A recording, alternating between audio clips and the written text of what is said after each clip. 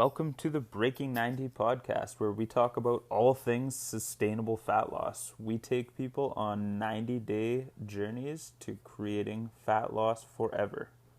Thanks for listening. I hope you enjoy the episode.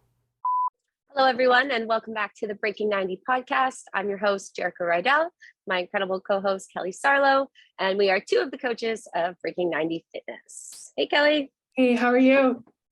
Good. I was just quickly thinking, this isn't my story, but I always say welcome back. And for those that are listening, and it might be your first one, so welcome if it's your first one. Made me think about that. I'm well. I'm doing really well. I thought of you this week when I played my first volleyball game. Tell me in a long time, in a very long time. So I played a couple like really fun games throughout. By fun, I mean most people playing were very new to the sport in the summer. But prior to that, it's been probably like 6 years since I've played more competitive or just where everyone has a really good foundation of volleyball. So I played Monday, and man, I work out every day, and my muscles that I use playing volleyball were, I am sore. My obliques, my core, my shoulder, just everything's different. It's very different even than baseball. And I thought it would be a little bit the same. So it was good. So great. How are your forearms? Actually, everyone was talking about that night. They're like, oh, look about red and sore. And I had zero issues. So that's cool. Well then. Aren't you? For those that are listening, they should have saw Kelly's face just now. I just remember like each year going back to volleyball and like my forearms being swollen, like raised. That's what a lot of the girls had. And I don't know if it's maybe because I'm constantly doing so much grip with like ninja training and things like that.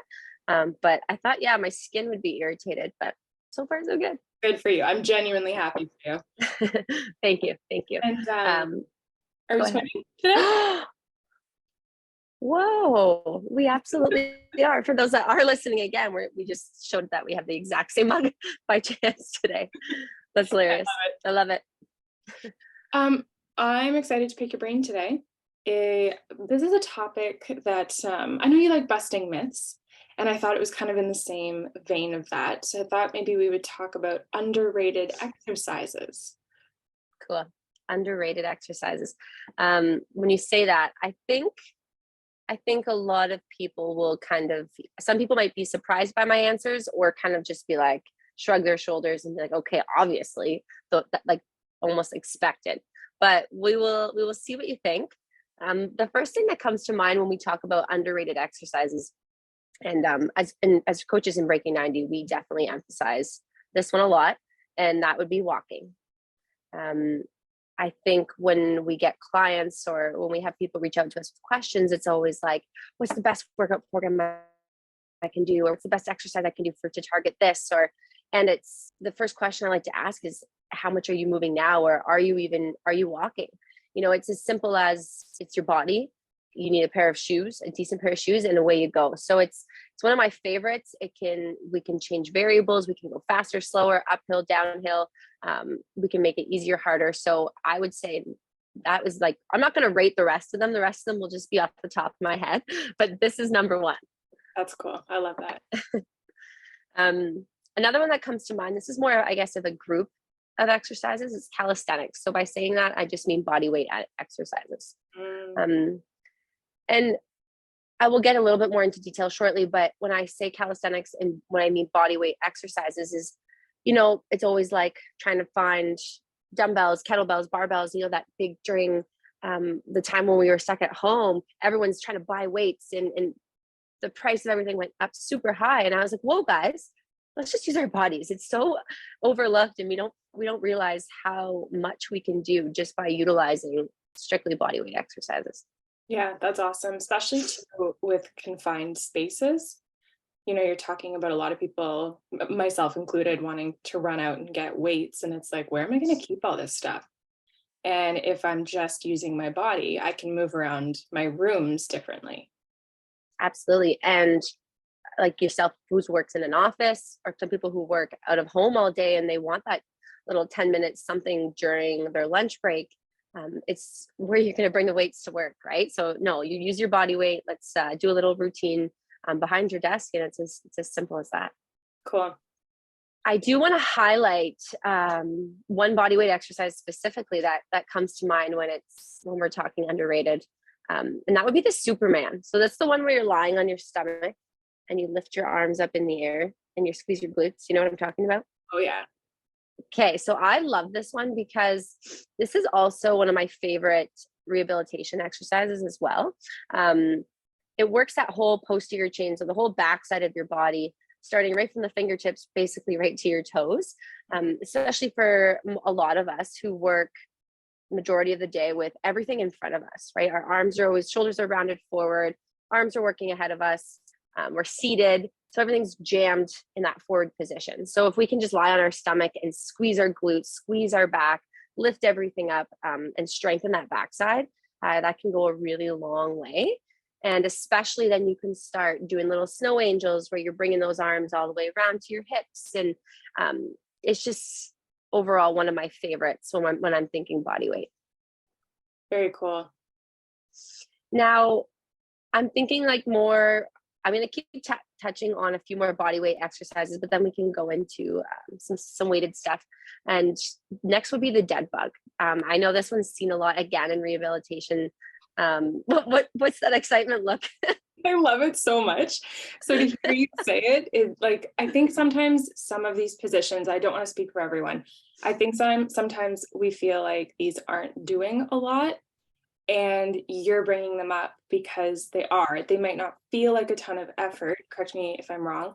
But I feel like you're giving me permission to do the dead bug, knowing that it's actually contributing to something great. That's awesome. I'm glad you touched on that because you're right. The two that I just listed, Superman, and now I'm going to explain the dead bug. Yeah, exactly. You're not moving a ton. You're not launching your body in the air and jumping and twirling. It's slow and it's controlled. And that's what I want to emphasize. So with the dead bug, you're lying on your back and it's really going to work that deep core, especially, which is an overlooked area that, most of the time everyone's like, oh, I want to get those ripped abs. Those are the superficial abdominal muscles, but addressing that deep core should be kind of where I would suggest everyone should start before we kind of work our way outward. But with the dead bug, I do want to explain that it should be challenging. So I want you to think of it, if it's easy, we're probably missing a little something. So what often happens is when we extend the leg and we extend the arm, we lose that deep core bracing, or if there's maybe a little space under your back. And if we can really keep that hollow brace into the floor, it should be challenging. And even some of the most, in quotations, fit people you can think of really struggle with this movement because they tend to overlook that deep core. Awesome. This just reinvigorated me. Awesome. I do, I just kind of came to the top of my head, and I want to make note of a lot of the things that I'm going to mention today. I feel like this might come as a shock to some people, and this might be really obvious for others, but you're going to notice all the exercises I'm listing are not the crazy big jump squat or the explosive push up and then sprint and anything that's going to, I find in the fitness industry and all these HIIT classes and boot camps, we try to overcomplicate a lot of exercises. It's like do a squat, then go do a burpee, and they call it one giant exercise. They give it this whole new name, even though in reality, there's just a lot of basics just put together. So a lot of the things that I'm going to list today are simply the basics because we forget about them and we try to find, in quotations, that best exercise or that best workout. So I'm really going to emphasize today going back to the basics. So the next one's the glute bridge, another one that's on our backs and relaxing. I knew you were going to love my list. Yeah. So the glute bridge is amazing. And again, because we sit on our asses, sorry for swearing, we sit on asses all day long. Like I would say 90% of the people I know do. And this muscle is massive and strong, and it should be activated. It should be activated every single day. And it's a big supporter of our posture, and the list goes on. So glute bridges can be as simple as lying on your back, again, body weight, and activating it and going into that bridge, or we can add weight. We can change positions. We can add bands. I love it. It doesn't require a lot of space. And we often forget about it. Can I ask you a question? Yes. Okay. as an expert in movement, because you know when you're scrolling through Instagram and you see like fitness apps like do this exercise and it gives you an AI that's doing it and it shows you the muscles it's activating. Well, the one that just came through my feed the other day was actually the glute bridge, but they were doing it against the wall where they had taken more height with their feet. Do you recommend that, or is that like, ooh, prone for injury? Like they were on their back and their feet were on the wall? Yeah, so their feet were planted against the wall and they were still like doing the different motion. Now, this is just my opinion, of course, that I'm going to list I'm here. looking for it. When I think of what you're explaining, I have done, or I've seen, a little riser and your feet are up on the riser just to increase range of motion to get your hips higher and lower. But when I'm picturing the feet on the floor, I'm picturing us getting so high that we're now rocking towards the upper spine to get our hips up. And I don't see a point.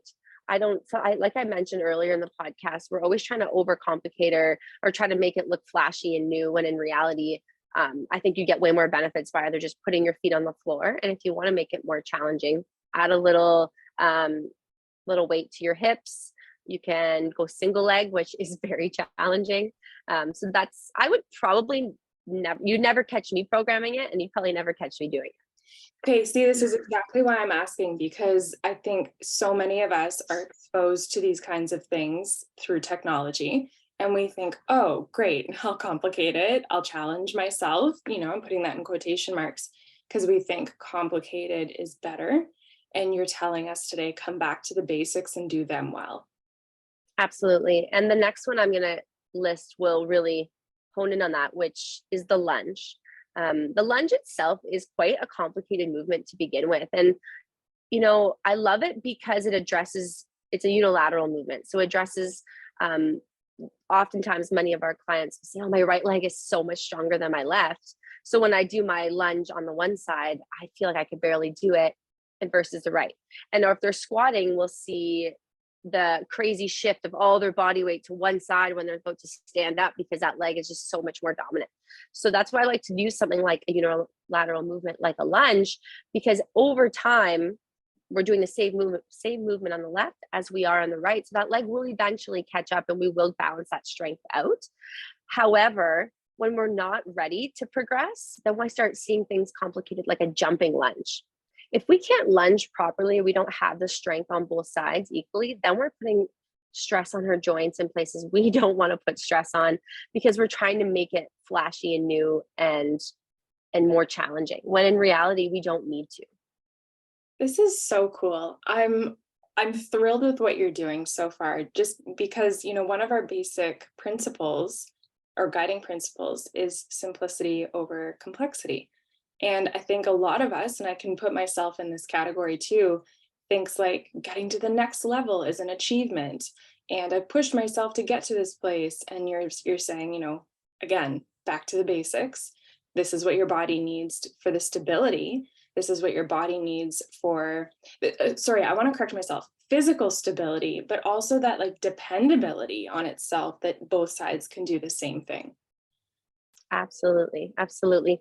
And this makes me think of a squat, which of course is also on my list.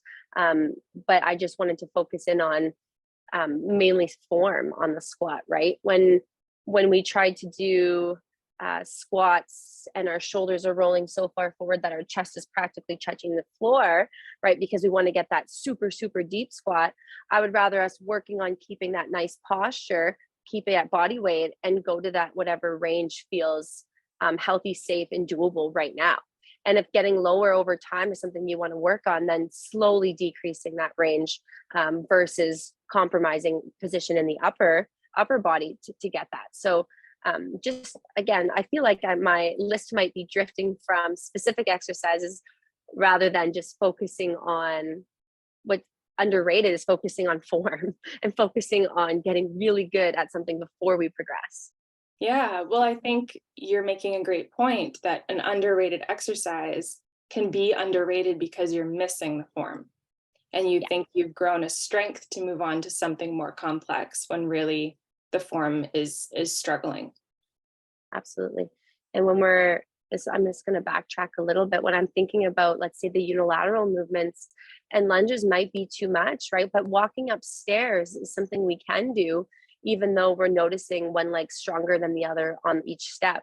Well, then doing maybe more stairs, because it's a smaller range of motion, but it's still unilateral, still one side over the other. So there's just so many different progressions and regressions we can do, even with body weight specific exercises. And then if we are comfortable with these movements that I'm listing, then we can add those bands and the dumbbells versus adding another exercise tackled onto it, or a big explosive jump when maybe our joints aren't ready for that. So again, slowing it down is definitely the best bet. Okay, I want to pull out a nugget of wisdom that I'm not sure a lot of people will have caught, because the topic is underrated exercises. However, Jer said something really important. What is healthy, safe, and doable right now? And I think that's an underrated mindset, right? Like, if you can't afford to do the complex thing, but you want to push yourself and be at a different quote unquote level, you're not giving enough value to the thing that is healthy, safe, and doable right now, and meeting yourself where you're at. I'm so glad you pulled that out. Thank you. Yeah, it was just brilliant on your part. Awesome. There's well, I guess two more I'd like to really touch on, but one might surprise you, I guess. And that's a carry. And when I say carries, I mean what people might know as a farmer carry. So this is when you are picking up, if you do have weights at home or something a little bit heavier, and this could be something as simple as literally 2 suitcases or 1 suitcase filled with stuff, and you're picking it up and you're walking with it. This isn't something that I typically get to program too frequently, because people don't have access to maybe the weight that's actually required to make this a little bit more challenging and more beneficial. But I find this is a very overlooked exercise in the gym, when people are walking around, and you literally just pick up like kettlebells or dumbbells and you walk. And this is a full body movement, and it's quite challenging. And I especially love it because the postural aspect of it, like it forces us to be in that stacked, tall, strong upper body position in a nice posture. And then we're building strength and, well, endurance as we walk at the same time. And it works at such a deep core level as well. It's definitely one that's underrated in my books, and I love a good carry. That's amazing. I would never ever think to do something like that, and I haven't worked very, very closely with one-on-one coaches in my life in a gym setting, so it would never dawn on me to just go pick something up and walk around the facility. However, bringing this up, and it's like I could easily pick up my weights and walk around my house for like 2 or 3 laps. Right. And then you're like, in reality, it's not something that seems daunting. And it's benefiting you, just like the exercises of lying on the floor that we both love. And it's not daunting, but it's doable, and it's benefiting you. That's awesome. And I also think like the training that when my dog gets stubborn on a walk and I literally can't carry him home, I'm like, I got to practice this more. See, I love it. Yeah. And exactly, these carries that I would highly recommend starting with, 2 weights at a weight on each side or a weight at one side. But then these carries can vary between weights. You'll see people holding things in front of them, on their shoulders, above their head. The overhead position is definitely the most technical, and I wouldn't recommend for anyone just starting, but they are extremely beneficial for that full body exercise. Very cool. The last one I'm thinking of off the top of my head would be some type of pull. A pull-up, I guess, would be a good explanation, or an inverted row. For those that don't have access to these things at home, I can definitely touch on ways we can get these results. And this is similar to, I just train of thought, a pull-up or a deadlift. And the reason why I wanted to kind of put these into the same, and it's just, again, for that posterior, that backside of our body. And I do love training the backside, just because oftentimes we all resort to push-ups and squats. It's one of the 2 more common exercises when we think of workouts. A lot of people will just resort to working on their push-up and working on their squat. So I like to think about the backside, think about the deadlift, and think about the pull-up. And when done properly, that's my kind of asterisk, and we can talk about that. They are an excellent way to strengthen that backside of the body. And then again, deep core, the lats, all the glutes, all those muscles, that can help with our posture, especially. Can you talk to me about what that would look like in my home? Absolutely. So some of our clients actually will tie a towel like through their door onto something like, I'm trying to explain, like a rolling pin. Even you just tie it so that if you were to pull on the towel, it's not going to slip through the door, basically. And then you can sit on the floor and hold each end of the towel or two towels and pull. And with assistance, you can actually push your legs and help with your legs. So you'll pull, and then if it's still too hard, you can use that assistance from your legs to push into the floor as you lift and lower yourself along that door. So very similar, if you're listening and you're familiar with a TRX, that towel or those ropes that you might have kind of attached to your door can mimic that quite well. That's awesome. Cool little variations. And similar with the deadlift, I would even start with someone working on a body weight deadlift just to get that hinging pattern, or a good morning for those that are listening and familiar with that exercise. We don't need large amounts of weights to start, especially with a deadlift or a good morning. Just working on sticking our hips back and keeping that flat back and feeling a nice activation through the hamstrings and glutes is a great place to start. So again, this is just reiterating everything we talked about at the beginning on form over intensity. Love it. That's a great list. Awesome. Yeah. And I'm sure that I can sit here and list like 20 more, but these are the ones that I would just kind of focus on to start. That's awesome. Thank you. And I think listeners will find it extremely valuable. Awesome. Great topic, Kelly. Thank you. Thanks. I have a tip for everyone today. And again, this is just with Kelly and I experiencing the colder weather settling in. And this is just to maybe not necessarily use the word invest, but I'm going to say invest in the gear. And the reason I'm saying invest, now I'm a big buy and sell marketplacer. So I might not be investing full price in these things, but I'm looking for the warm gear that will last over time because I want to get outside, and I'm going to push that on everyone. You know, it's really important to have a good pair of warm boots, hats, mitts, and a coat. Get everything you need so that you cannot use the excuse that, you know, it's just too cold today. And there will be days up here in Ontario that it's minus 40 and no one's leaving their house. But on the days that's minus 10 and you know, you're still getting used to this weather, invest in the gear so that you can go out and enjoy yourself. Yeah, I love that. And it's just part of living in the North. Yes. Go ahead. I was just saying, I'm a culprit, especially as a young teen girl that would just think they were too cool to wear all the warm stuff. So now I'm living that life. I don't care what it looks like. I am dressing as warm as humanly possible. Yeah, I think too, like if you're living in the North and you're actively resisting getting the gear that you need to be outside, you're committing to a season of struggle. Yeah, absolutely. Yeah, instead of being creative and exploring possibilities. Awesome. Yeah. Okay. I think we can leave everyone with that. And for those that are listening, if there's any exercises that you think you would add to this list, please reach out to us, and even maybe the thought of doing another one in the future. We'll see what you guys think. And if you resonated with this or you want to share it with family and friends, don't hesitate to post on Facebook, Instagram, or leave a comment. And thanks for listening.